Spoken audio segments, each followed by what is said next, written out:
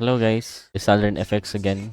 And dito tayo sa mag-aano tayo, magre-review na preparation natin for next week, and i-explain ko na rin kung ano yung mga naka-apekto nung last week, December 1, anong Lunes, nung Monday hanggang Friday. So, meron tayong chart dito. Dito tayo sa gold, and nagko-consolidate yung price dito sa resistance na to, saka support yan. Yung breakdown nung October 21, tapos yung resistance nitong November 13, nagkakaroon ng psychological resistance dyan. Lahat ng trader ini-expect nung Friday na magbi-break siya, tapos pupunta sa dito sa resistance na, pero hindi siya nag-break. Nung Friday nagkaroon ng sell off dito, pero nandyan pa rin naman siya sa nandyan pa rin naman siya sa range na. Pero ang movement niyan, by next week siguro is dito, either mag-consolidate siya ng konti, yan magko-consolidate lang siya, yan, tapos magtutuloy, retest, tapos diretso na. Siguro ganun yung galaw niyan ni gold, pero depende yan sa news, kasi ang nakikita nila na support is 1,200 daw.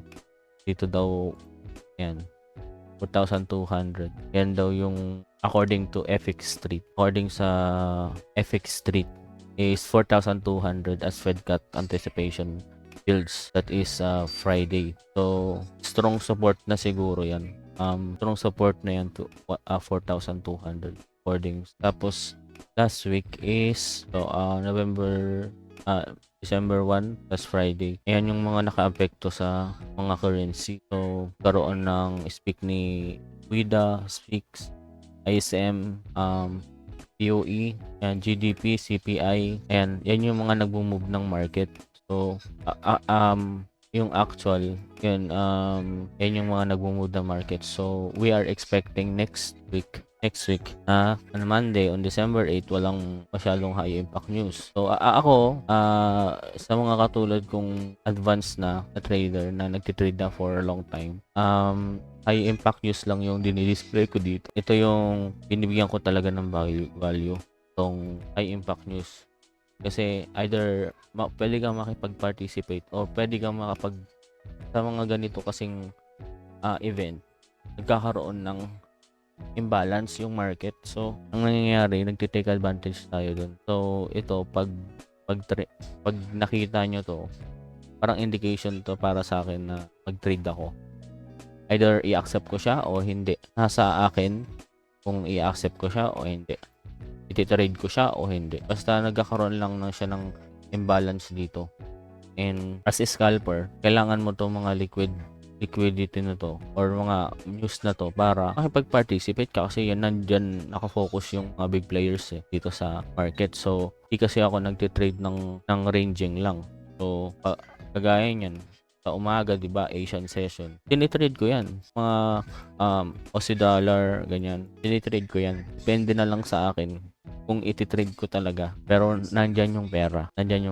And ayun, ang expected natin kay gold next week would be, yun nga, yung move na ganun. Mag-breakout ulit siya, mag-retest dito sa dalawang resistance na to, tapos magdiretso na siya. So, ganun lang. Ganun yung magiging move. Ayun, ayun lang naman. Gold lang mostly yung tinitrade ko. And as you can see, yung gold talaga is one of the popular sa mga scalpers, sa mga day traders talaga. Either decentralized siya, wala siyang order book, di transparent, pero makikita mo yung mga big players kung saan nila siniset yung buy stop nila, yung sell stop, limit, alam mo kung saan, kahit hindi ka gumamit ng order book. Ayun lang, we are expecting tataas yan si gold next week, or ang pinipredict nila baka nitong December karoon ng movement yan, kasi during December, di ba, wala masyadong liquidity kasi, or bumababa na yung mga nagtatrade, kasi according sa naririnig ko na during December bumababa na rin yung mga nagtitrade liquidity sa market, kasi syempre gusto ring mag-enjoy, magbabakasyon with the family, ganun. Kaya ang resume ng trading is yung mostly na magkakaroon ng either January. Pero kung ikaw isang investor at marami kang extra cash, and pwede mong invest dito sa gold kasi para nasa 50% na tayo ranging. So kung ito yung resistance, and sa gitna ka na, nasa gitna na to yung stop loss mo kung ikaw yung invest. Ayun lang naman, i-review lang natin kung anong plan natin next week. Mostly ng expected natin kay gold. Baka mostly ng trade natin. Depende sa mag-react, may pag-participate movement ng mga sa market. Thank you, and this is Aldrin FX again, and happy trading.